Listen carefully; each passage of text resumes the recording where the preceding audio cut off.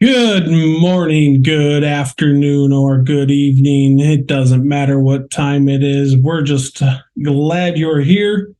I am Justin, and this is Arrowhead Action presented to you by Kansas City Sports Company. Glad you're back. I'm juiced up. I'm ready to go. I got in some nice football sessions tonight with my nephew. So I'm in full football mode and excited to be back talking to everybody. If you remember last time, hopefully you listened last time. If you didn't, go to the YouTube channel, Kansas City Sports Company, KC Sports Company. Make sure you subscribe to it, like it. But you can find my show there, and we talked about the state of the Kansas City Chiefs offensive roster. Wanted to do a little bit of a deep dive. Talked about some roster battles that you might be checking out. And, as I record this on a Tuesday night, OTAs are already here. We're already getting pictures of the boys out there in practice. Obviously, they're just running around in shorts and shirts, so not going to be able to tell too much. It is officially off-season hype season, even more than it was before. I'm sure we're going to be getting a ton of Justin Ross updates, but we're talking defense today. So let's buckle in. Let's get ready to do this because we got a lot to talk about. We're going to start in the secondary, where, if you remember from last year, they might have started a few rookies, to say the least. These guys had trial by fire. They were thrown into it. They got better as the year went on. And the Chiefs ended up setting the record for the most rookie starters in the secondary, I believe, in the Super Bowl. So it is something that they're going to have to use to their advantage and use that experience to continue to build on this year.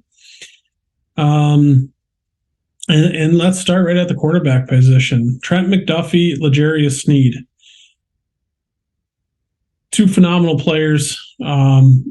Probably their two best players in their secondary. Okay. It is a situation where Sneed is going to be needing a new contract, eventually coming up here pretty soon. So I'm going to be interested to see what happens there. They are going to have to pay Chris Jones, and we'll get there in a second, but you could argue that Sneed might be the second most important player on their entire defense. He plays a little bit on the outside. He plays on the inside. He's somebody that they can blitz off the edge. He can play in the box. He's a great tackler in the open field, and he's really a key piece to what their defense does and how they operate. McDuffie is, for a rookie, just plays with such incredible technique. A little undersized. And that's probably why he slipped a little bit into the 20s. But the Chiefs loved him. Obviously, they traded up. They got him last year. And he's somebody that I'm expecting a pretty big season from.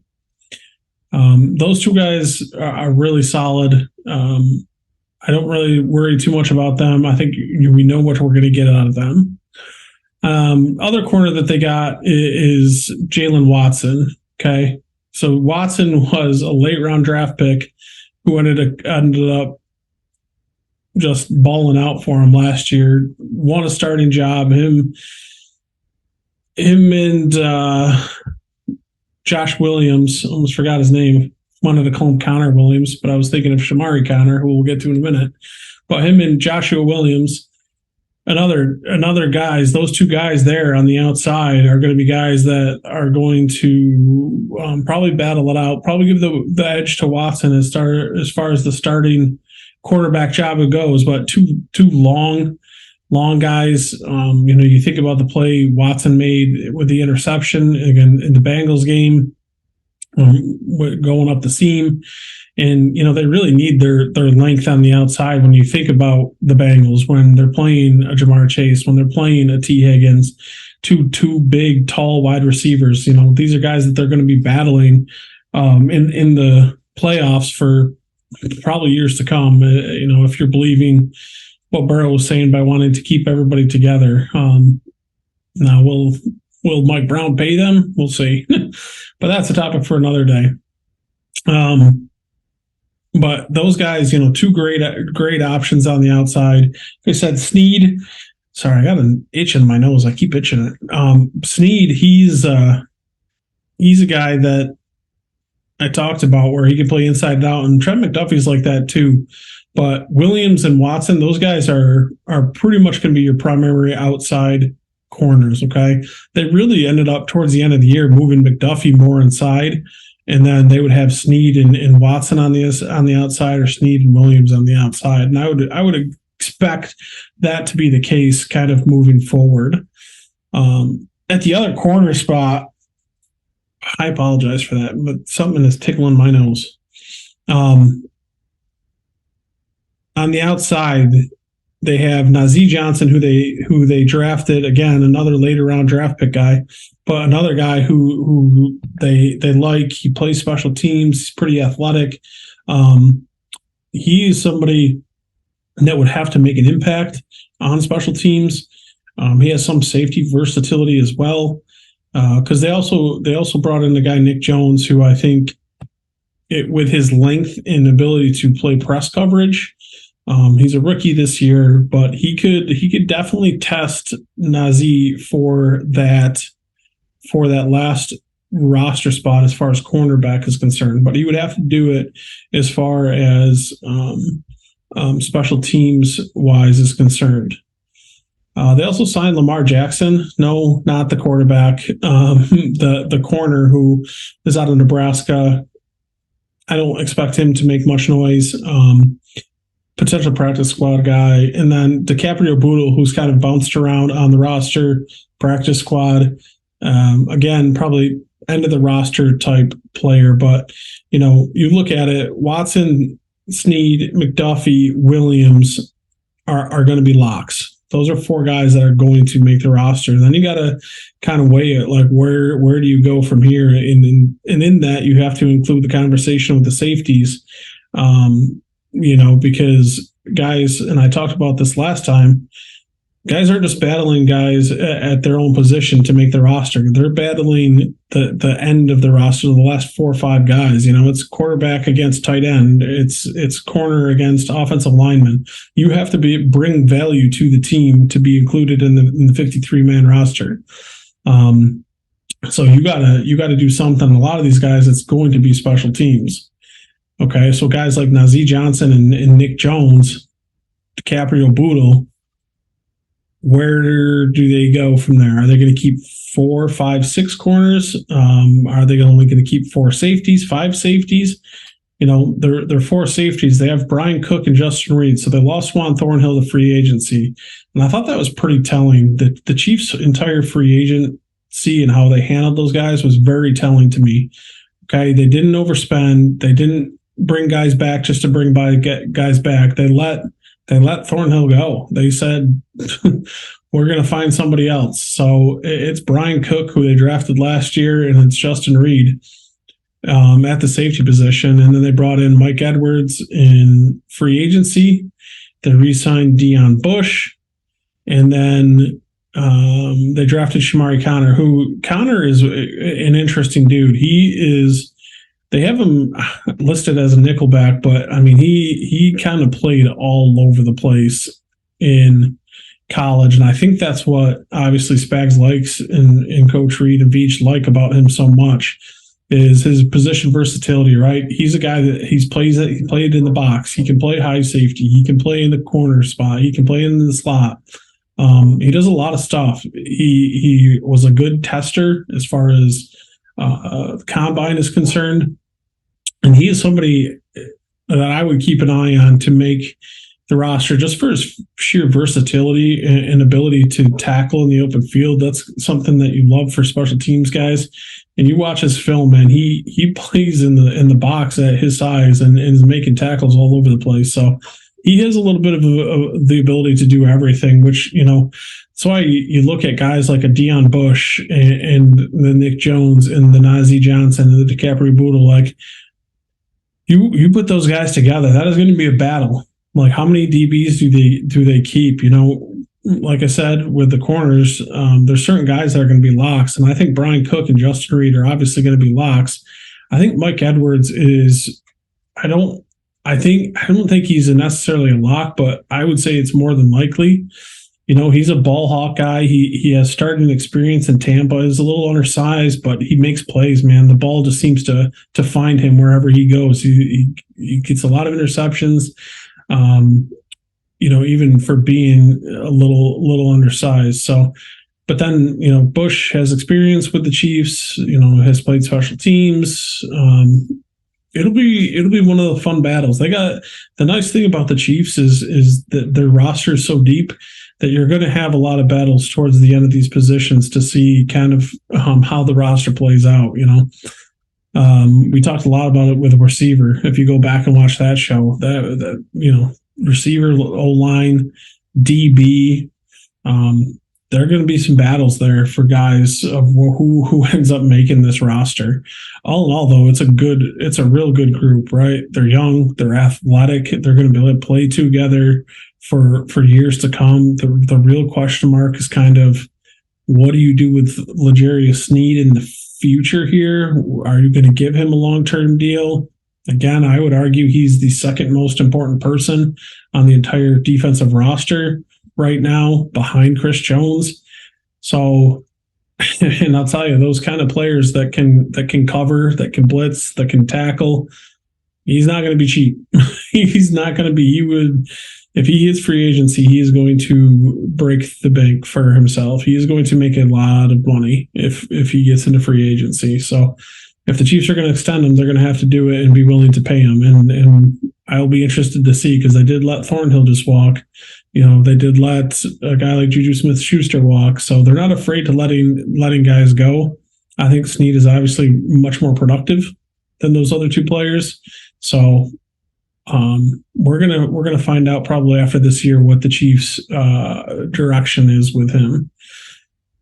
But the DB spot is in, like I said, they're in a good position, man. They're young, they're athletic.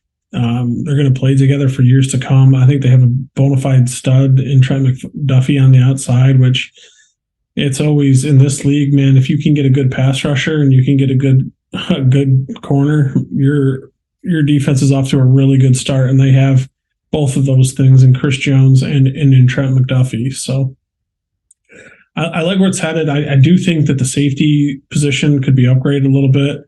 I think Cook and Reed aren't the best two players in coverage. I think it's not their strong suits. I think they're okay. I just don't think they're great. They're going to have to be smart, and obviously with Coach Spagnola's defense, they do a lot of different stuff. A lot of quarters match, a lot of rotations, a lot of communication takes place. So they're going to have to be smart and communicate and really lead the defense back there.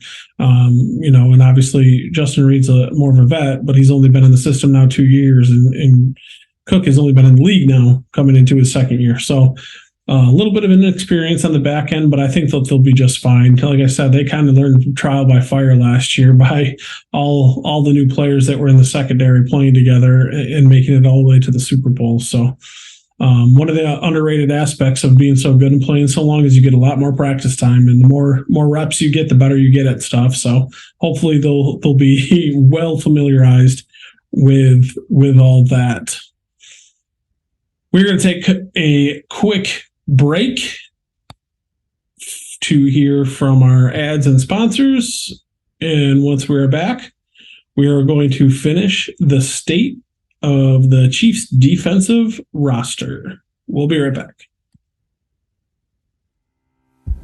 What up, KC? After yet another Kansas City Chiefs Super Bowl victory, we have an awesome opportunity for you to broadcast your business or your services to a very enthusiastic Kansas City audience. We've started Kansas City Sports Company, which is a sports media broadcasting hub that brings multiple different live shows covering all the local Kansas City sports teams. We're offering 30-second ad spots, 60-second ad spots, event sponsorships, show sponsorships, studio sponsorships, and much, much more. If you want more information, or if this sounds like an opportunity for you, either contact me or hit that contact us link on the website. All right, everybody. We're back. Again, my name's Justin. This is KC Sports Company.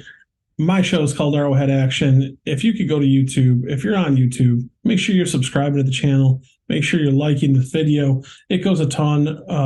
Goes a long way. It does a ton for us over here.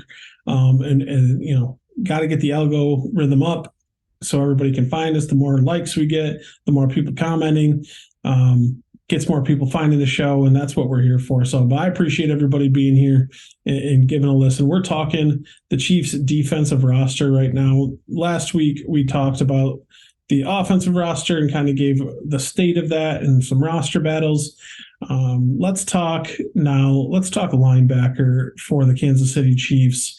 When you're talking linebacker with the Chiefs, it's going to start with one person, and that is Mr. Nick Bolton. Scores a touchdown in the Super Bowl. What a gift from Jalen Hurts. Just bizarre. Hurts is just running and then just kind of drops the ball and it rolls right into him and he can scoop it up and run for a touchdown. Almost had a second one. That play was so bang, bang. I can't blame the refs for not calling it a fumble on the second time he returned it. But, man, you watch it and that certainly looks like the player turned upfield, so I could have seen it going either way. But Bolton he's funny because he's a player that's kind of been a hot topic in Kansas City. You know, he has his issues where he's not tremendous in coverage. He's a little slower in coverage, but the guy knows how to play football. I think he shows great instincts, especially when he gets going downhill. If he can shoot gaps, he makes tackles. You know, he broke Derek Johnson's tackle record. He's a leader out there. You know, he's not it doesn't seem like a rah-rah guy, but he goes to work and he works every day. He's just a solid football player and he knows what's going on. He can call the whole defense, which is huge. Then you have next to him Willie Gay, Willie Gay is a player that, man, did I have high hopes for coming out of Mississippi State. Tremendously athletic, tremendously gifted when it comes to that. You think about the play, the interception that he had against the Broncos where he jumps up, tips it to himself, stiff arms Wilson, and then goes and scores a touchdown. Just like that's the kind of athleticism that kind of pops off the screen. But for some reason, he just hasn't been able to put it fully all together. You know, it took a while for him to get on the field as a rookie. Gets injured, takes him a while to get back on the field after the injury. They didn't pick up his option. I think it could be Willie's final days in Kansas City, which is unfortunate because, man, he's a hype guy. Everybody loves him. He's always very positive. He's always out there getting everybody going. He's somebody that they're going to use, but I think that he is somebody that is going to be replaced eventually, and it could be as soon as this year where he might start. But a guy like Leo Chanel, who the Chiefs drafted last year out of Wisconsin, once he gets more reps, he started to kind of pop off the screen. You know, he's their third linebacker when they're going in their three linebacker look.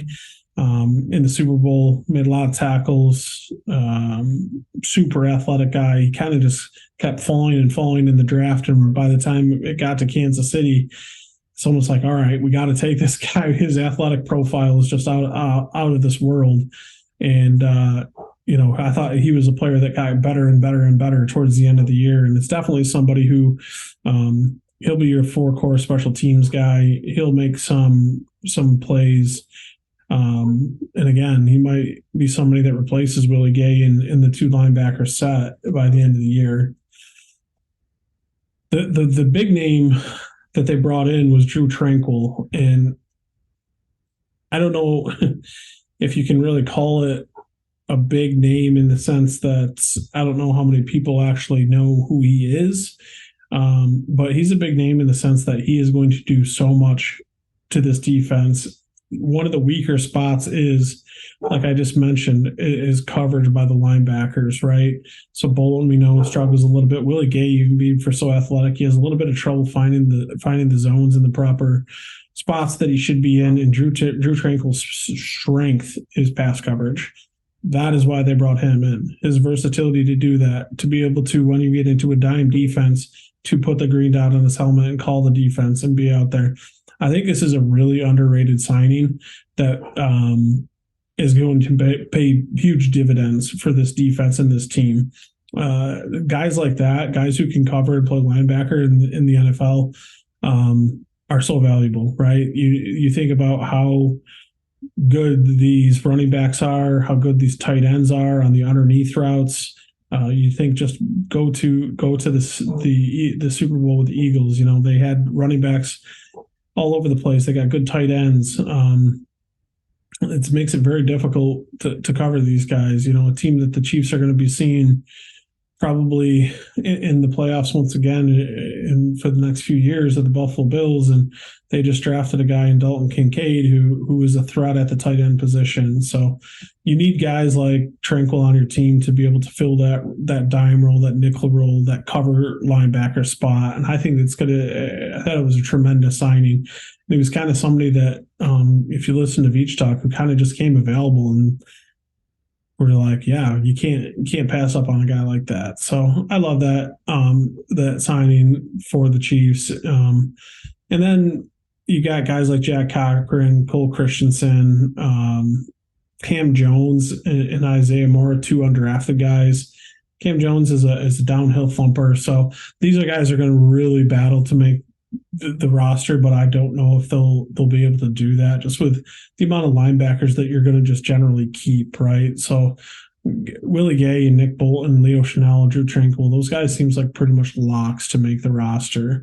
Cochran is a guy who's had some special teams play and has actually made the 53 on occasions, but with Tranquil coming in, it just changes everything, and those guys are going to have a tough time making the end of the 53 at this point. Lastly, let's talk about the defensive line. A lot of changes along the defensive line, and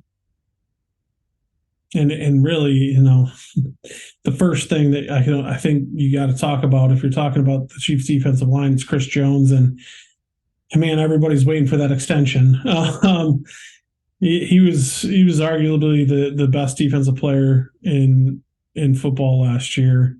He is somebody who earned this contract that he's about to get. He's going to get paid. He deserves to get paid. I hope it's with Kansas City, and I hope it's for a long time. When Chris Jones plays well defensively, and there's times where it seems like he's almost unblockable, their defense is great. And then there was times where if he was getting doubled and tripled and he couldn't get it done, their defense did not look great.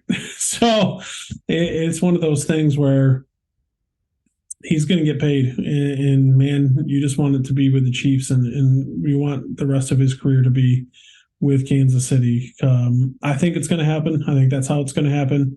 But you know, until it's done, you never know. You don't want a Tyreek Hill situation to end up happening. So I would never rule that out, because I didn't think they would ever trade Hill, but crazy things happen, right? And the sooner they can get this Jones deal done, it's going to be better for them. You know, Quinnen Williams for the Jets, he's owed money and he's going to get paid too. So you want to get those contracts done before other players are starting getting paid, as we saw with the Tyreek Hill situation, right? Deals in place, and then all of a sudden Devontae Adams goes and blows up the wide receiver market. Now all of a sudden the whole landscape has changed, and the deal doesn't get done, and Tyreek Hill is no longer a Kansas City Chief. So hopefully the deal's done soon. You know, we're in OTAs now, and man, by the time we get to June, I hope those contract talks ramp up and they end up locking them in long term. Along the interior with Jones, they ended up bringing back Derek Nottie. Okay, so he was a free agent. He kind of sat out there for quite a long time, and there just wasn't a market there. And honestly, he's somebody who I thought his play declined throughout the entire year, which is unfortunate. I like Nottie, but he is not somebody who I don't think is irreplaceable. He's somebody that I think they have to actually drafted his replacement in Keandre Coburn from Texas. Coburn is a big, stout uh, decently athletic nose tackle who I think before long will take the starting position from Noddy.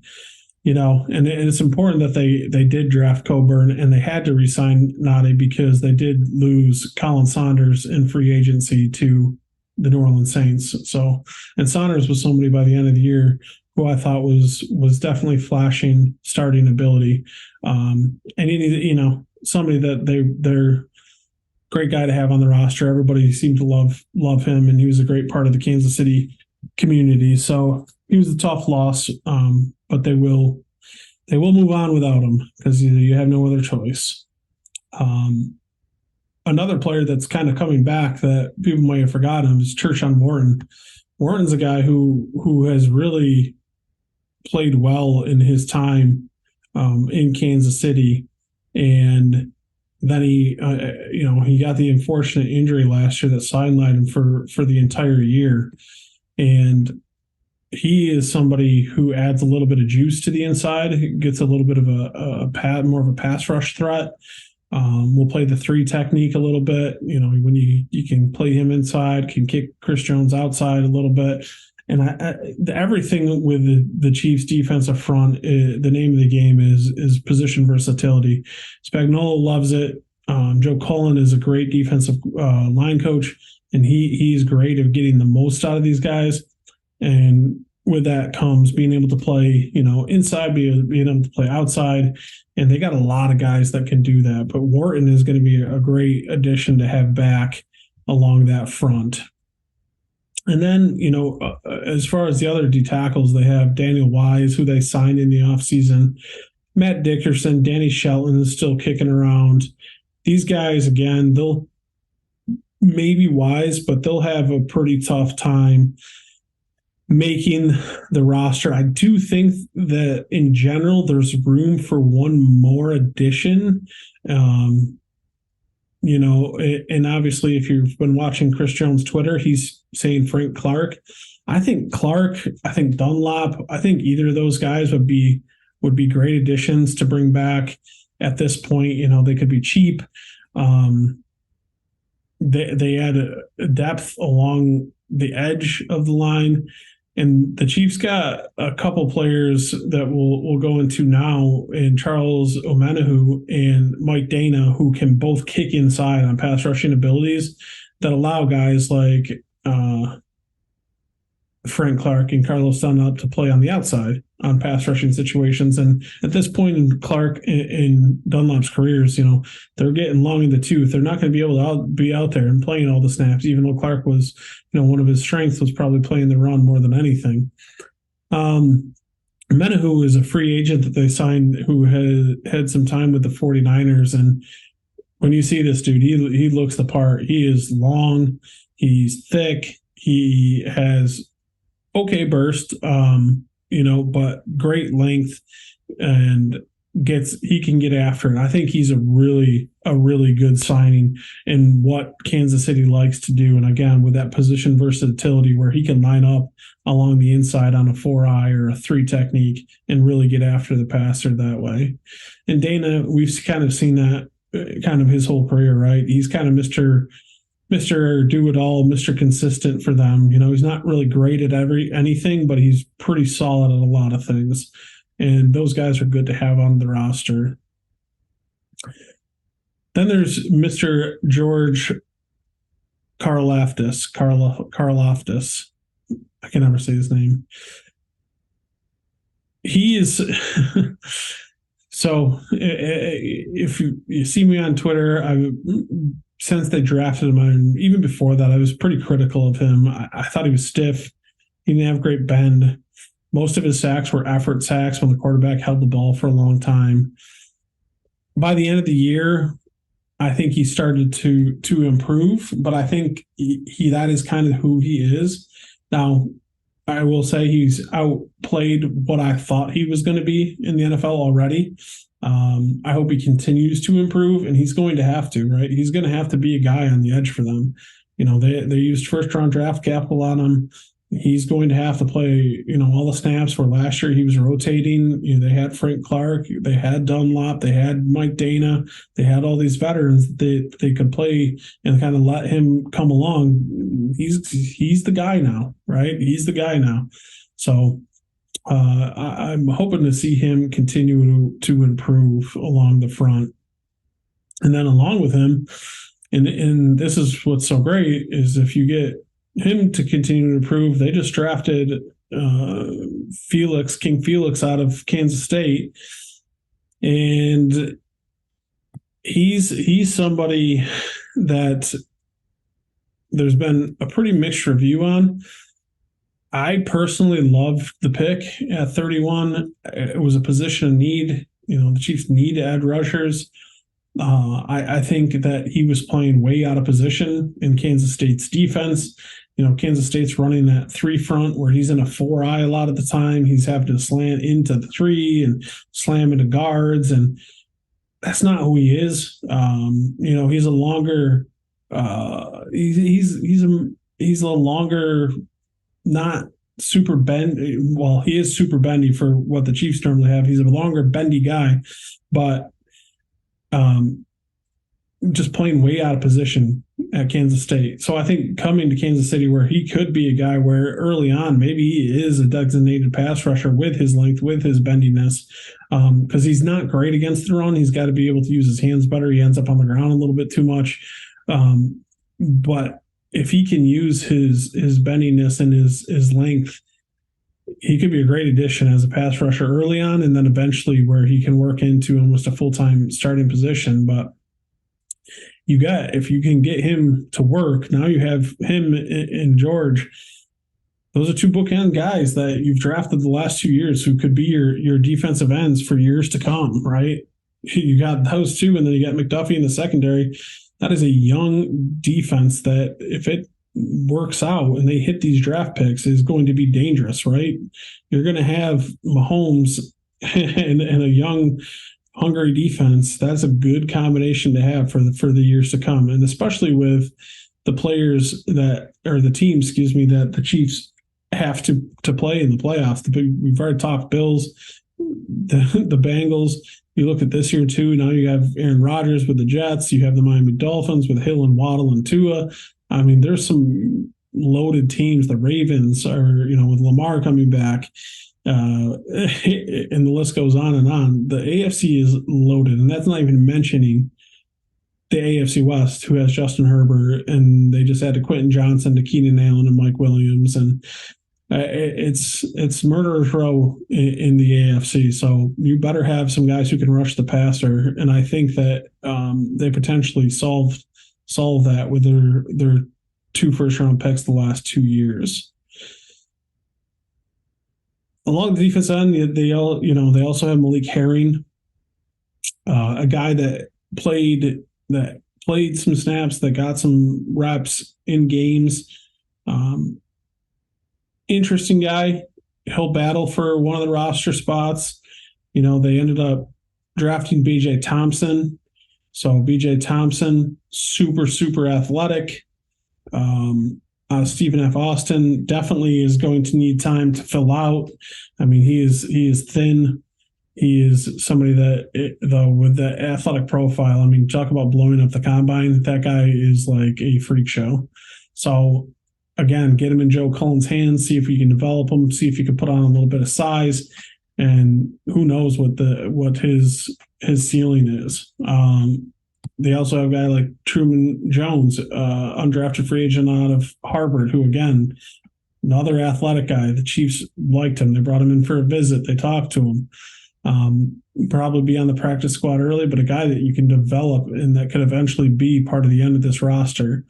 And then there's guys like Josh Kando, who they drafted, late, who is still kicking around and kind of who knows what's him. It seems like he could easily be passed by guys like BJ and by guys like Truman Jones. So how they make up this D line is going to be very interesting. And like I said, I really think that they will be able to